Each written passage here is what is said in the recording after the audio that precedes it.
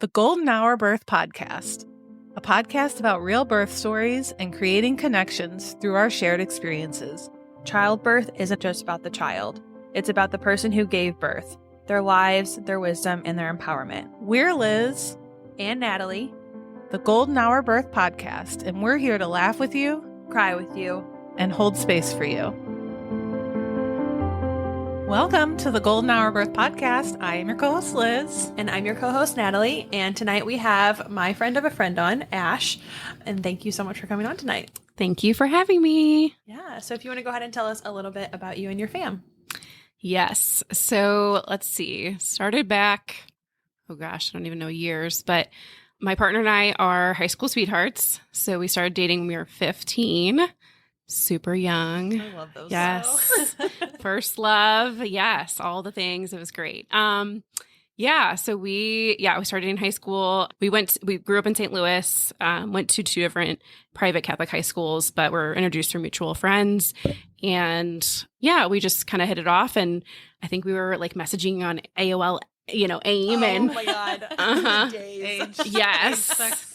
Location. Mm-hmm. Yes, it was. Yeah, all my screen names had 1, 2, 3, 4, 5. It was like little kid 1, 2, 3, 4, 5. Crazy for soccer 1, 2, 3, 4, 5. The most random stuff. So I don't know how that was attractive, but it was, and so we continued talking, and then both of us had a tie to Mizzou. So his brother went to Mizzou, and then my dad went to Mizzou for a bit, and then we're just a big Mizzou family, both of us. So we both kind of decided on Mizzou just by chance, and it was great. We spent a lot of time together and got in a lot of heated arguments. I joined a sorority, he joined a fraternity. So oftentimes we were with those people and we're going out and having fun. So that was really fun. And then after that, we both moved back to St. Louis. He is a teacher and then I am a social worker. So I went to graduate school to get my master's degree. And then I lived with a friend, and then that was time being over and I worked through school and then we moved in together. And so funniest story about that, because we first moved in, we were looking at places and we were like, okay, there's, where do we go? We don't, this is our first time kind of moving out on our own. So we decided on like Webster Groves, and we didn't really know a lot about the area. So we moved in on the street and we were newbies and we were just out of school. So we hadn't really gone into the work world. We're kind of home during the day and we're like, okay, no one else is leaving. Okay, what's going on? Like, cool, everyone works from home. This is great. Yeah. And then we get this call and they're like, hey, someone's like watching your house, like watching, like they know about it or like they'd heard through like word of mouth through like the police, you guys need to be careful. And we're like, oh my gosh, like what is going on? So then we like quickly contacted the place and we're like, hey, like we heard we're on watch, like we got to get out of here. So like we moved overnight into a place in Maplewood, and we were there for a year, and it was like the best year. But it was just a really weird, crazy story. I don't know like how we heard, but like the landlord was so nice to like let us out. So we went through a lot of changes and adjustments. I don't even know what to even say about that. But so then we moved to Brentwood, and that was like our party house. That's where like Double D was, like when that was up and running. And that was really fun. So we had a lot of fun, and then we got married in 2015, I want to say.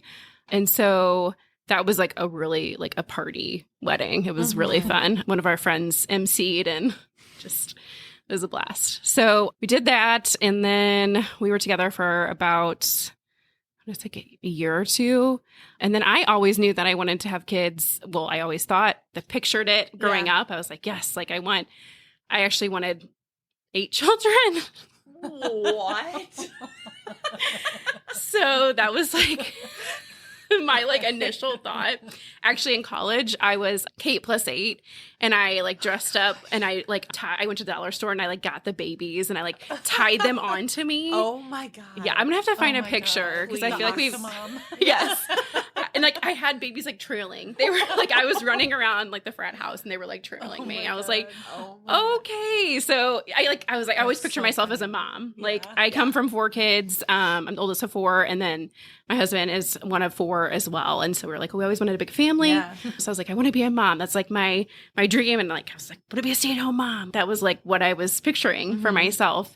So I was like, okay, I kind of want to get pregnant kind of early on. Yeah. And so Jamie was just kind of, he's so easygoing. easygoing. So it's long for the ride. Yeah. Okay, sure. Let's do it, So we were kind of in the middle of like marriages and stuff like that. So we were kind of the first to like start trying, and I thought it'd be easy, right? I was like, or hoped it would be easy, I guess. And it wasn't. So I think it was probably like a year. We almost up to a year had been trying, and it just wasn't working out. I was talking with my doctor about what are our options, because I was getting frustrated, even though I know people try for much longer. But when you're in that moment, you're like thinking about, you and what you're going through. So my doctor was really great. She was like, yeah, we can definitely look at options. There's medicine, there's, going for the sperm sample to see if something, wrong with him, blah, blah. So I was like, okay, well, let's start that process. Yeah. So while we were going to start that, it was like right the week before, we were in our car and were like rear-ended pretty severely. They were probably going like 50, and we were at a stoplight. And so they hit us, and my dog was in the car too, on my lap. They hit us and they backed up and they left the scene. Are you serious? Yeah. Yeah. If you're listening to this. St. Louis sometimes. Yeah. Ugh. So it was right at the city-county line, because we live in South County, right next to the city-county line. And so, yeah, they hit and ran. And I was just like really in shock, I think, because the whole window was, like the car was, totaled. And so luckily they didn't get very far, because, they couldn't. Yeah. So we made the report. The car was towed. We went home. I didn't really think anything of it, but I knew like I'd had back problems before. So I was like, I probably should go see a doctor just to make sure I'm okay. Yeah. So I go to I didn't know like a doctor to go to. I was at that period in your life where you should, but you didn't have one. Yeah. So I just looked up like Mercy. I don't know, like what else, what is out there? Found this guy. I was like, oh, he looks young. Cool. Bias. And I was like, okay, yeah, I'll go to him. So I go to him, and I don't even know, he did like very minimal talking to me. And then he like was doing a lot of charting. And I was like, what is he doing? I'm just here to get checked out. Like maybe I need like physical therapy. I don't know. Like I just want to make sure my back is okay. And so he didn't really have an opinion on what to do next. And I was like, can I go to a chiropractor? He was like, I don't know if I recommend that. And I'm like, what do you recommend? Yeah. Like I'm in some pain. Hello. And he was like, yeah, you can do whatever you want. And I was like, okay. So I just went and found a chiropractor, and I was like, I think I need an adjustment. I was in this really bad car accident, yada, yada, yada. And then I had an OB appointment the next week. So I get the adjustment, and he was like, oh yeah, could you be pregnant? And I'm like, no, we've been trying for so long. Like it's not working, da, da, da. I was like, I have my appointment next week. And so I went and it was right around Valentine's Day. And so I was like, okay, well, I really hope this happens. And then on Valentine's Day, I took a pregnancy test, and it was positive. Oh. So it was great. That was a really awesome, like, just, I don't know, surprise for me. And then I went to the OB, and they were looking at my chart, and they're like, oh, this is interesting. Did you just go to this doctor recently? And I was like, yeah. And they were like, oh, okay, well, they've put in your chart that you're obese. And I'm like, okay, like, why would he just put that in without talking to me? That's kind of like, I don't know, just I feel like you should talk to someone if you're concerned about their health. Yeah. I was like, and now I'm finding out I'm pregnant. What does that play into things like from when he just saw me that day one time, And so I was really frustrated by that. Not because I didn't know that I was like overweight-ish, but just the fact of not having conversation with me or not even telling me what he's writing down, right? Yeah. And then it's in your chart for all your other exactly. providers. And they said we can't take it off. Like he put it in, we can't take it off. Oh, and I was like, okay, let me just sit with that. Yeah. Give him a review. Yeah. Bad review. Did you just really bad bedside manner? Yeah. Mm-hmm. Did he do like a full physical on you when you came Not really. I mean, I really think it was so brief. And that's why I was so flabbergasted, because I was like, did he even weigh me? I don't even know how he got this information. Like he just looked at me and was like, okay, she's overweight, which like my weight fluctuates a lot of my life. And so I was like, okay, that's great. So I couldn't really hear anything that first appointment because I was like seeing and hearing red from them telling me that. So I was like that kind of like overshadowed things, but I was so excited, obviously, just in general, but also really anxious because I'm like, okay, like, I was in this car accident. Now I'm pregnant. Like, what? This has just all happened really, really fast. And anxiety had always been like in my life, but I think just like it's real, right? It's becoming like a real thing. You're becoming a mom. Like, oh shit. So yeah, that was a lot to kind of take in. And then I was just like super anxious for the next appointment. Like I would just have it on my mind always to, okay, what are they going to say? They're going to feel, they're going to hear the heartbeat or they not? Just that feeling. So that was a lot. But once we got through the 12 weeks, I think I was feeling like a lot better. And then I started telling people, and that was cool and nice. And then everyone was super excited. And yeah, so that was a good period of 12 weeks to like 30. So since I'd been a social worker, the job is stressful. I mean, it's just, I don't know, like that's just is what it is. And I know that. I didn't know how it would affect being a mom or being pregnant. And so I think towards 30 weeks, I was starting to feel like super stressed out, not only my work, but then being a mom or becoming a mom. And so I would get my blood pressure checked at school by my school nurse that I was working at. And sometimes she'd be like, oh yeah, it's pretty high. Slow down, try to slow down, So I was like trying to take it easy. At the same time, you can't really predict what the day will bring. Yeah. So it was still pretty stressful. And I was communicating all this to my doctor, and she was like being super supportive. And she's like, whatever you need, like we will, do what is best for you and the baby.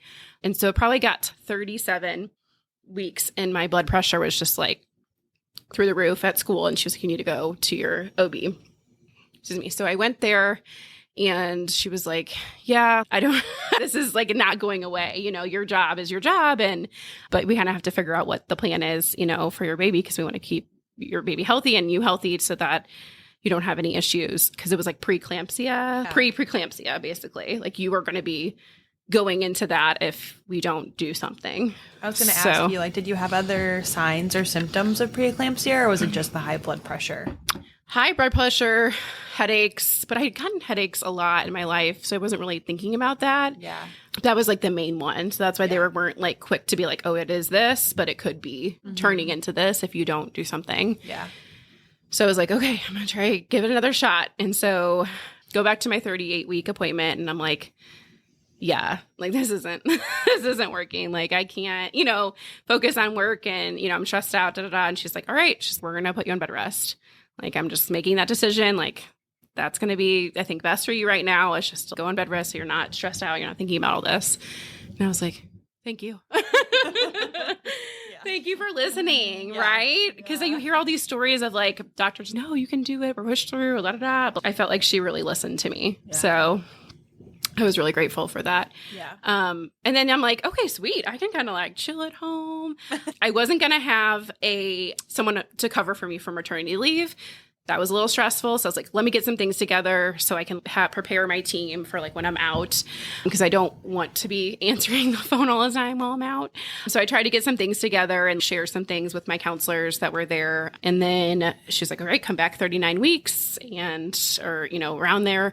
We'll just schedule an induction, around 39 weeks. And I was like, okay, yippee, let's get this baby out of here. I'm ready. So she scheduled the induction for 39 weeks. Maybe it was like the day after 39 weeks.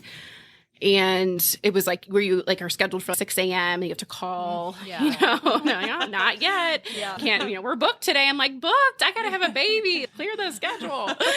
So luckily one of my best friends is a labor and delivery nurse. And so just talking with her about, hey, can you check on the list? Like, where am I at? And then I'm just at home, like bouncing on the ball. Cause you're like, okay, I should get ready. Yeah. Like I should prepare.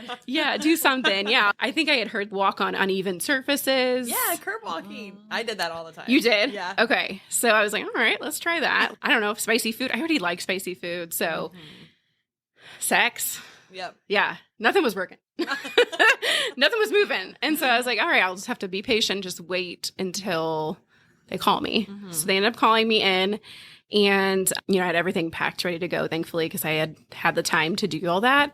One of the major things I really wanted was creating like a vision for me as I'm like in the hospital and, going through pain and stuff like that. So I brought in like pictures of like my friends and influential people in my life. One being my great aunt Ruth, who my daughter is named after.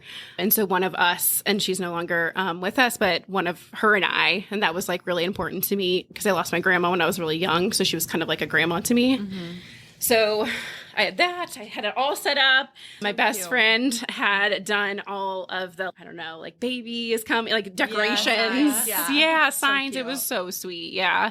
So I felt like really good. I was like, yes, this is great. Oh my God, this thing's going so great. And yeah. And then I also prepared a bomb-ass labor playlist because I was like, you got to have music. I love music. And that's just a big part of my life. That's just a coping thing for me. Have a good playlist. So I brought a speaker. I was jamming. It was all ready. Yes, I was all ready. And then my husband was like, okay, I'll take some notes. We'll see, what happens. And I'm like, okay, yeah, take some notes, please. Because what am I doing here? Just having a baby, the normal, oh, this is uncomfortable. I'm like, you're uncomfortable, the whole thing. I was just, he's eating and I'm like, wait a minute, I want to eat. I think we realized, okay, this is going to be a long time. Yeah. And so I think his parents brought up like the Seinfeld DVDs because in the hospital they only have a DVD player. Yeah. So we were just playing it on repeat. Yeah. And I was like, okay, I'll relax for a little bit. I'm going to pull up my notes too so I can see what all went down because I really wasn't with it a lot of the time. Get to the hospital. Yeah. So we get there, it looks like at 7:30 a.m. Yes. Okay.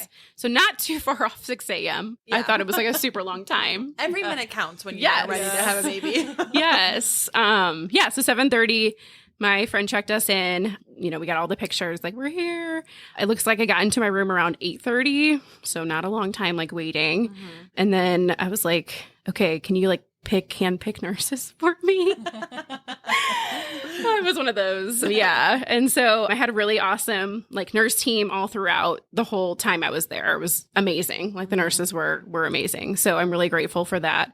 And then they were like, okay, we're going to start the process because you were at 0. Like, you're not dilated at all. Nothing. 0.0. It's like, all right, great. Yes. So then I did the cytotech. That was all day. I think they did 3 different rounds of it. Mm-hmm. So they kept trying to do that. And then that ended up till nighttime. And then that's when I started the other medication, which is the Cervidil. Mm-hmm. So then I'm realizing like, oh, this is not good. We're really like trying a lot of, different interventions. I'm bouncing on the ball. My blood pressure's okay. It wasn't like great, but it wasn't horrible. Mm-hmm. And so, yeah, I was just like, things are getting intense and it's been 24 hours then. So I got there on Wednesday. This is Thursday. The Cervidil sits in all night, I think I remember. And so then they remove it and they're like, they check again and they're like, 0, you're really not moving like at all. And I was like, okay, I don't know what that means, but okay, yeah, let's keep going. So then they started Pitocin and that wasn't doing anything. And so they're like, okay, we'll do the Foley bulb. And we had taken the birth class, that you take in the CPR and all that. And so, of course, in the class, I'm like, oh, that's not going to happen. That's not going to happen. And I remember them talking about the Foley bulb. And I'm like, oh, shit, I definitely don't want that to happen. Yeah. And so when they said it, I like freaked out. I was like, no, because all I remember is they blow up this freaking balloon and then they tug on it. It's bad. It's really bad. That's like all I've heard is like bad. It's good. So having the Pitocin was good, but the Foley bulb was painful. Mm-hmm. I was in a lot of pain. And I think I had a really nice room where you have a bathroom and stuff like that. So I think I even tried like the bath or like trying to do other things, be in other places. And they kept pulling on the Foley bulb till it came out. And so that was a 4-hour process of them pulling on it. But then once they pulled it out, I was at 4 centimeters. So it did its job of like what it was supposed to do, but it was definitely the most painful thing, the pain that I went through. So that then broke my water. And so then they're like, okay, let's do an epidural. I mean, this is like kind of nighttime, like 6:30 p.m. I'm at 4 centimeters in an epidural. So they do the epidural, but it gets messed up and it doesn't actually work. So I was like, okay, I'm feeling like everything. Is this what you're supposed to feel? And they're like, no, it didn't work on you apparently, or it was in the wrong spot, but we have the best person that did it. So we don't know what happened. And I was like, okay. So I was like, well, I don't know what to do now. Like I'm at 4, but I guess I'm just going to have to naturally do it, which is fine. But I also was scared. Did they say like they couldn't call him back or? They were going to try. Yeah. So they said they were going to try. So I was like getting pretty agitated at that time. They gave me something like a pain med, but it made me very itchy. Mm-hmm. So I don't know what that was, but I was like super itchy and I was only comfortable if I was able to doze off and go to sleep. Yeah. So I was kind of like in and out of sleep. So then my doctor arrives like that night at like midnight and she checks and it's 6 centimeters. And so I was like, all right, we're improving. We're going. Like, this is great. I'm in a ton of pain because the epidural wasn't working. And so I've got my playlist on and I'm like trying to like really push through and sing and just try to get my mind off of it. Yeah.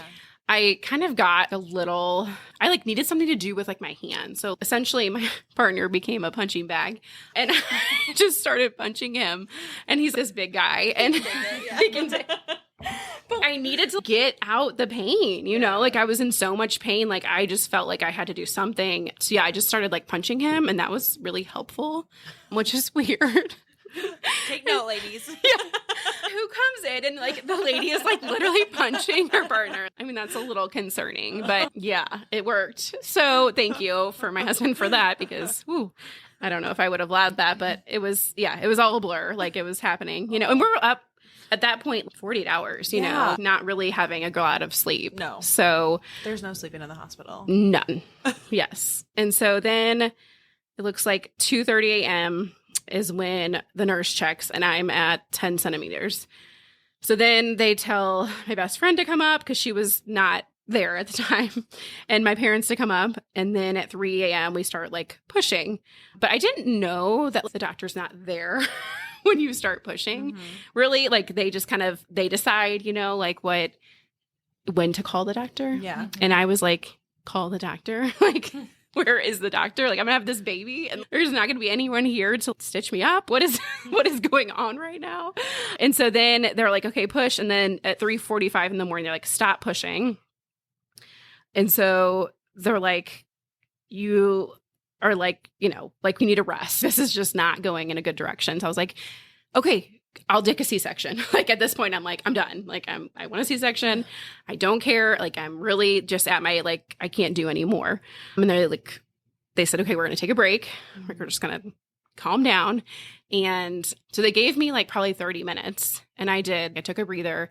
I asked for a chaplain or something and I'm not religious, but I was like, at this point, I was like, I'll take anything. I don't care who it is, send someone in because I'm done. But they're like, no, we want you to keep going. We think you can do this. I was like, okay, let me center myself. And so they left. They came back in. I said, okay, I will give it another try. So 4:30 a.m., I started pushing again. And then they didn't call my doctor until 5:40 a.m. So then they said, stop pushing at 5:40. And then at 6:05 is when my doctor came back in. And then 6:09 is when I had my daughter. So it happened fast at the end, but like leading up to it, I was like, no, this is not what I thought it was at all. Yeah. So it was 71 hours from start to finish. Yeah. So you guys went in on Wednesday morning and you had her Saturday morning? Friday morning. Friday. Okay. Yes. Oh my gosh. So Wednesday. Yep. It's 7. So Wednesday it went at 7:30 and then Friday at 6 she was born. Oh my gosh. Yeah. So that was really, I was at that point just done, and I didn't know what was going on. I knew that I didn't want to breastfeed. Like I'd made that decision when I got pregnant. I like had known that I didn't want to do that. And I made that clear to my doctor and she was totally fine with it. And the nurses, everyone was like, yeah, that's totally fine. So I had a tight sports bra on and, wasn't going to do the feeding immediately, obviously, but they like put the baby on my chest, which I was like, yes, I love this baby, but I'm so tired and I don't even know what to do because I'm just like depleted of like all of my energy. So it's kind of a mixed feeling because I'm like, I don't know, you see these pictures of like everyone, oh my gosh, and that's great if you have the energy, but you have to understand that some people might not have that energy to like do that in that moment. And that's kind of how I felt. And I felt bad about it, but I was like, I literally cannot like move. Like I'm like, I'm so tired, but so happy. Yeah. Right. You know? Did the anesthesiologist ever come back or did you do the whole thing? Yes. I feel like I'm looking at my notes of when that happened.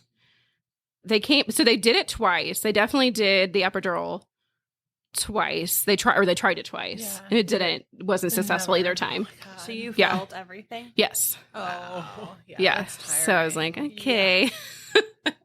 Yeah. A long time. Yes. For your body to be working. Yes. Right? Like, I'm like, this is not normal. I don't know. And not just physical too. The mental. And pushing is, you know, it's one thing to have like your body go through all these like different interventions, but then the pushing. Yes. Oh my God. Every single second is so hard. So hard. And so, energy giving. I'm just like thinking like this baby's like shoulder. I mean, like everything has to come out. And I'm like, oh my God, like how am I going to do that? You know, it's gross too. Like I mean, it is what it's not, you know, it's a bodily thing, but it's just, I don't want to be looking like, I don't know, some people do mirrors, which is awesome. That's cool. I'm just not into that. My husband is a science teacher, so he does have a little bit of interest in, you know, those sorts of things. But I was like, no, thank you. Nothing to do with it. He's, and then once the baby comes out, then they'll push again, right? To deliver the placenta. And I was like, what? Push again. No. And he came out and it was like a tea bag. I was like, oh my God. I was like, what? That's the best description I've ever heard. A bloody tea bag. Yes. I was like, I do not want to see any of that. I will faint. Get me out of here. That is disgusting. Yeah. So, and then, you know, she's down there stitching you up. And I'm just like, what the hell just happened? What just happened? And so then something happened immediately after I had her. I started getting like itching again. It was real. And I was chattering my teeth. I don't know. Is that a thing? I've definitely done that. Okay. So I was like uncontrollably chattering, like constantly. I actually had that happen with Violet, my last birth. Okay. Yeah. So I didn't know what was going on. No one explained it to me. Yeah. And they also don't have a baby at 6 a.m. because the shift change, you know, is 7 a.m. So, you know, they're trying to get you out of the room because they have shift change. So they're like, we got to move you to postpartum. And I was like, I just had this baby 10 minutes ago. Give me a minute. Yeah. I'm like, nope, we got to go. Like, we're changing nurses. And I was like, okay. They usually wait till you like can get up to go pee. Right. Yeah. No, I was in the bed still. I didn't even do anything. Oh my God. Yeah. Did you get to the wheelchair? Okay. Yes, I did get to a wheelchair with a lot of help. Yeah, but I was still I was chattering and, you know, had the baby and they wheeled us over to the postpartum. And then when I got there, the nurse that I had was really nice. At that point, I was kind of like, I need you to take this baby. I love this baby.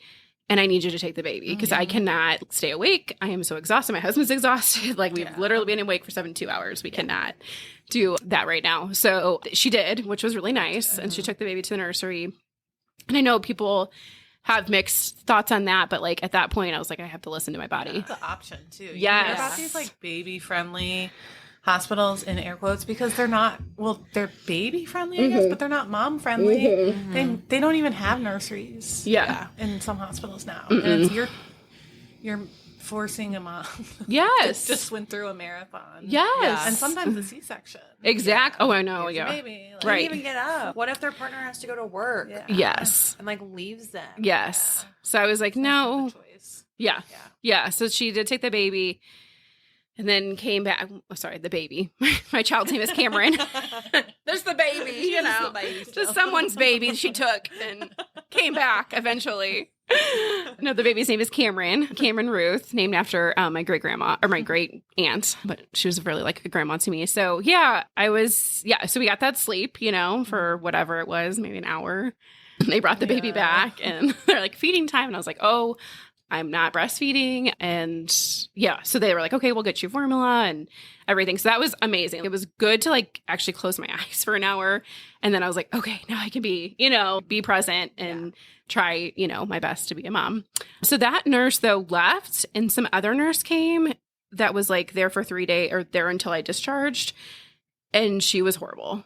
Oh. So she never really checked on me. I didn't really know anything was going on. Jamie did everything for me to take care of me, to go to the bathroom, to like shower, to bathe me, because I like couldn't, I don't know. I was so exhausted. Yeah. She was not helpful. And it was really sad. Like, that was a really hard part, I think, because I was like, I kind of felt let down.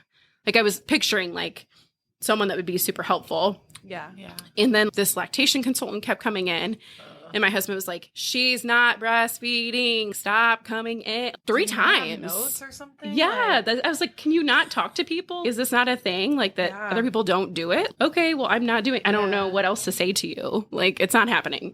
I feel like, I don't know, maybe this is like just my experience. I feel like people are like, when's the lactation consultant coming in? When's it coming in? So it's kind of funny. Yes, I heard that. Yeah, they're all in her room. Yeah, seriously, the one that's not breastfeeding. Oh my God, you're so right. My friends still tell me that all the time. They're like, "Where is she?" And they were in my room, and I don't know why. Sent them away. Yes, that and like the chaplains kept coming in too, which is I know it's a religious hospital, so that was fine, but it was just funny because I was just like, "What is going on?" Did you see a chaplain when you were in labor? I did, and they did. They prayed over me. Yes, because I was like, call the chaplain, call the priest. I don't care who's in here, a nun. Find someone. I'm surprised. I know. That does not sound like you. No, but we like had conversations about this a little bit. Yes, like I'm out of organized religion right now, and so yeah, that's just a part of my life that I have decided. I kind of was going through that process at the time, but. At that time, I was like, anything, just anything. Give me help, please, someone. Which is, it's good, right? That's why faith is there for a reason for a lot of people. And I do have faith still, just not the organized part of the religion. So, yeah. But no, so that was, postpartum was, I actually wrote a review. Because I was so upset about the postpartum experience. It was so bad. Yeah, it was really sad. Yeah, that really bugs me. Because I had the most amazing labor and delivery nurses. Yeah. So 7 of them, all 7 of them were amazing. And then I get like one that was transition and then one that was there for the time I was there. Yeah. So I don't know what her problem was. She seemed like she just didn't want to be there. So, like that's how you kind of... That's why if you're in a job, you hate it, get out. Yeah. Like, quit. Because people know, Especially a job where you're caring for people. Yes. Yeah. Yes. So that was really discouraging and disheartening. But we begged to get out. When you're like, oh, some of my friends were like, I wish I could stay forever because the nurses were so helpful. Yeah. I was like, get me out of here. There was something that I did do wrong. So some of my family members came to visit and they brought champagne and I was given a glass. I may have taken a sip. And she came in and she was like, you can't be having that. And I was like, well, I'm not breastfeeding, so I don't really know why. But it was just kind of like an awkward conversation. So maybe, yeah. We brought champagne. Okay. For our second. Okay. Yeah. So that's not a total no-no. Okay. Maybe. I don't know. Okay. Well, whoops. Yeah. I think that really kind of maybe impacted. Yeah, I can see for breastfeeding, but maybe just blood loss or something, or because it's just a hospital. Yeah, maybe that's frowned upon. In my family, it's hospitals, funerals. We're we're drinking. Okay, celebrating. Yeah, so that was interesting. That's the only thing I can think of about why. Oh, and also Cam had jaundice. Mm-hmm. Very jaundice baby. So she was in the lights. We took a picture of her like she was like from The Incredibles, with the mask. Oh my God. It's the cutest picture. That was really sad. That was really, because you can't do anything. They have to lay there for a period amount of time. And then they were kind of questioning if they were going to discharge her because she was so jaundiced. Mm-hmm. So then when we got home, we put her in the room with the light. I don't know if that helped, but that was something that we did because we wanted to make sure we didn't go back to the hospital. Yeah. But yeah, that's kind of the birth story. And I felt a lot of trauma from it. And so I didn't realize that though at the time. Mm-hmm. It kind of took me a couple months and I was like, oh, wow, that was really tough and traumatic for me. I didn't know that it could be that way.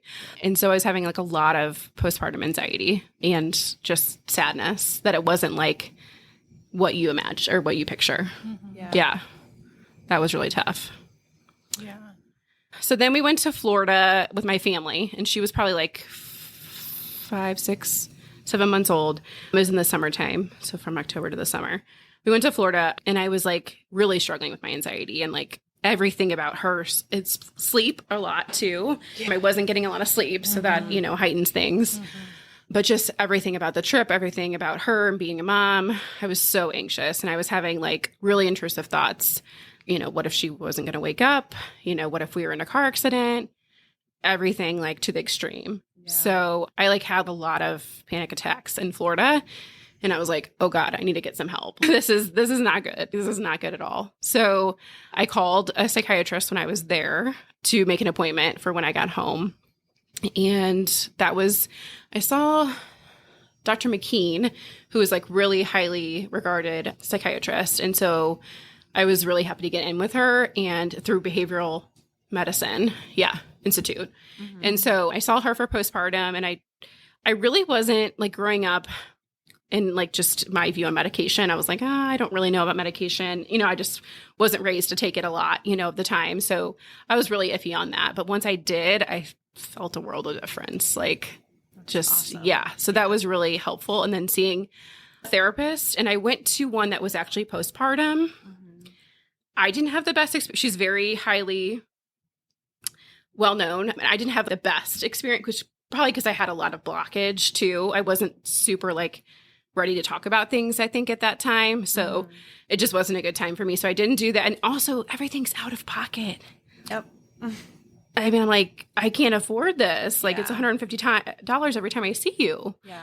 So that was tough because I was like really hitting with like mental health, which I'm in the mental health field, but personally myself, then you're like, oh wow, like this sucks. Yeah. Yeah. They want you to push. Oh, well, just go see someone. Yeah. It's tough to see someone. It is. It's hard to find someone. This is who I asked when you were looking for one. Mm-hmm. Oh, really? Mm-hmm. Yeah. Ash knows everybody. So I'm I found my lovely therapist. Oh, good. Yeah. So I'm really good at finding people. Yeah, you are.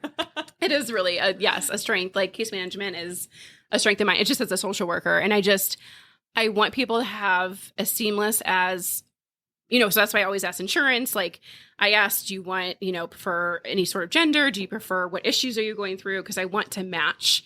I don't want to just give a list and just say good luck. Yeah. Like, because I know how that feels. It's not good. Yep. So that is my goal, is to make sure if I get, and I love it. That's like my passion, is finding like people matches. So that makes me happy.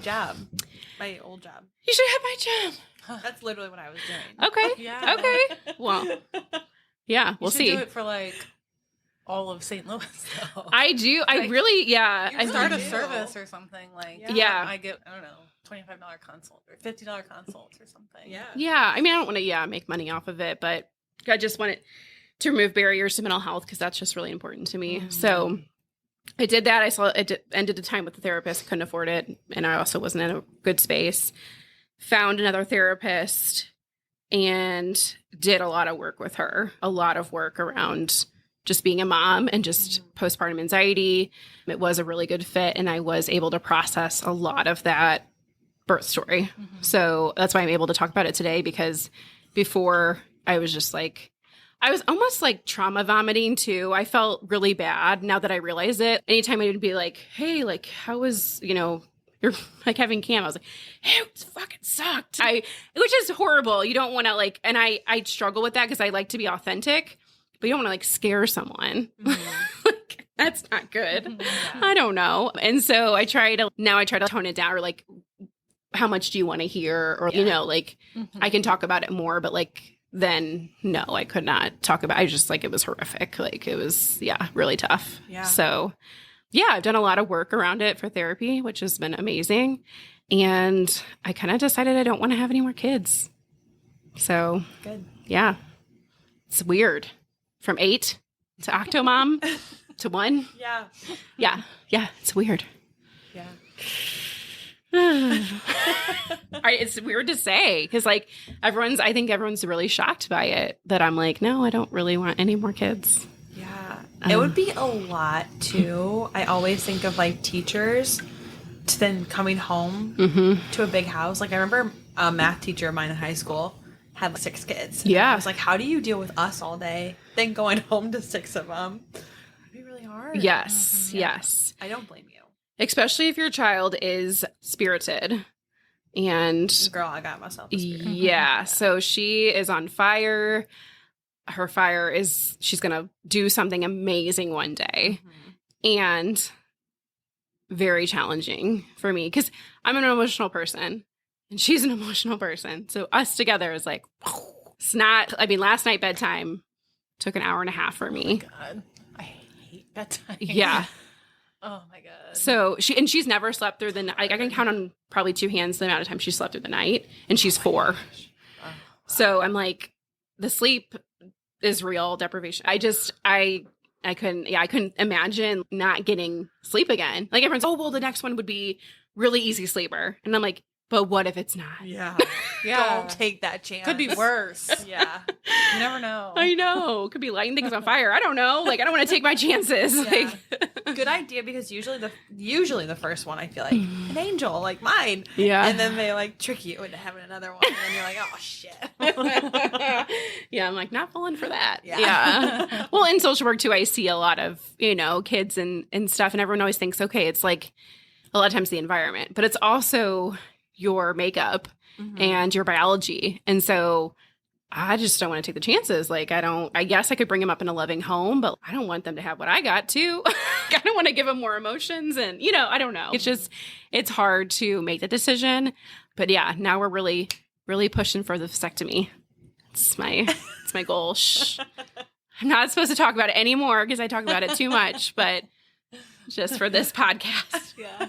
It's just the easier route here. Like, I know. Come on. Like, yeah. But, I think every dude should. Yeah. If you're not intending to have kids. Yeah. Why not? What do you need active sperm for? I don't know. Sam already talks about his, and I'm like, but wait, like I might want a third. I don't know. Don't do that to me yet. Yeah. Oh, yeah. See, and I don't know, like, when no. I don't know. I guess it's like, you do. I mean, I feel like I do, but everyone's just never know. And I'm like, do you not? I don't know. I have a gut feeling that I'm done. Okay, so you're like feeling strongly. Yeah. Okay. Yeah, I'm good. Yeah. We're good. And it's expensive. Who's going to pay for that? Who's going to pay for another child? Like, it's the expensive. birth cost of me being in the hospital for 71 hours was a payment for the house. Like, it was like, I think it was $5,000. Fuck. Yeah, and then daycare, which is like outrageous. And then when you have another, then it just extends the amount of time you're going to pay for daycare. Yeah. Or just starting kindergarten next year. And I'm like, cha-ching. Yes. Right. Save me. That mortgage payment back. Yes. Yeah. And I know all of these things, and I'm still like, I could have one more. Yeah. Yeah. And if I was 30, yes. I'm 40, so yeah. You just different boats for sure. Yeah. Different boats. So yeah, Cam is your spirited baby. She is. She's gonna do something with this world, but she might kill you in the meantime. Correct. If she doesn't, yes. My husband is so good with her. Oh my gosh, so good for her. He plays with her, does all the pretend stuff, which I cannot do. I'm so annoyed. I struggle with that too. Oh my God. She's like, be the mean one. I'm like, I can't be the mean. What do you mean be the mean one? What kind of like direction is that? And so, yeah, it's very hard for me, especially when I'm like coming home from work. I'm so drained. And then to think about playing is a little daunting. But I like to do activities with her. So I'll take her to the park or, do things to where she's active. So it's not like I have to entertain all the time. And we like see friends and our neighbors, like she's best friends with our neighbors. And so like they hang out all the time. Aww. And so I don't really feel like she's missing. And then she also has a cousin who's like a year apart. So I feel like she has a good group socially. Yeah. That's fun. And I also like to spoil a little bit. Yeah. Yeah. I mean, we don't have a lot of money being a teacher and social worker, but it's something, something to where like I can sometimes splurge and be like, oh yeah, you can have that toy. Yeah. Versus I think if I was like really strapped on, and not being able to do that. So that is a plus. Yeah, for sure. Spoiler. 8 kids, you can't take them to Target. Heck no. No. You just have them dragging behind you. It was so You have to be bad. driving a conversion van. Uh-huh. Yeah. Transport passenger van. Yeah. No, thank you. Yeah. Beep, beep. Oh, Daniels are home. Thank God that ship has sailed of that thought or vision. Yikes. Yeah. No. So yeah, that's really it. All I can think of. Yeah. Is there any other questions you guys have for me? Do you have any advice for anyone like going through infertility or postpartum? Yeah. I mean, I think the more we share, the more open we are. It just feels better versus just like keeping it a secret. Or I totally respect that if you want to keep it private, but just to be real, like it really gives you a release. And I felt that a lot. And I try to do that with a lot of different aspects of my life, just to put it out there. And I take, psychiatric medicine. To go out with my friends and go do this or that. And just the way I live my life, or like standing up for people's rights. Like I make it out there because I think it's important. And I think you have to be you, and then other people will see that and they appreciate that. Mm-hmm. So I think whatever you do, just try and be real with yourself or real with other people, like a close-knit group if you can, and share with them about what you're going through, because it's hard to do it alone. And there's a lot of strategies you can try, but I mean, I don't think anything's better than having a friend or someone to talk to with it about it. And therapy, like therapy saved me 100%. Please, if you need, help, I will help you. Yes. I mean, I'm all for that. So I will definitely, and then also like body image too. It's just something that like really I'm interested in it, with the whole experience of being labeled you're obese and da-da-da, which is based off of BMI. Yes. Calculator. That's not even a real thing. Yeah, so, BMI. okay. Yeah. Back it up. Yeah. So yeah, all of that are things that I think, I don't know, that are just things to be real about. Yeah. So yeah. Yeah. Well, awesome. Thank you so much for coming on and Thank sharing your story. you. Yes. I loved it. So much fun. Thank you for joining us on this episode of the Golden Hour Birth Podcast. We hope you've enjoyed our discussion and found it insightful and beneficial. Remember, the Golden Hour Birth Podcast is made possible by the support of listeners like you. If you appreciate the content we bring you each week, consider leaving us a review on your favorite podcast platform or sharing the show with your friends and family. Your support helps us reach more people and continue creating valuable episodes. If you have any questions, suggestions, or topics you'd like us to cover in future episodes, we'd love to hear from you.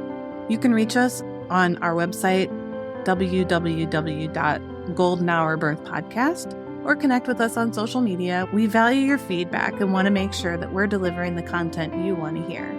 Before we sign off, we'd like to express our gratitude to our incredible guests who joined us today. We are honored that they trust us enough to be so open and vulnerable. We're grateful for their time and willingness to share their stories with us.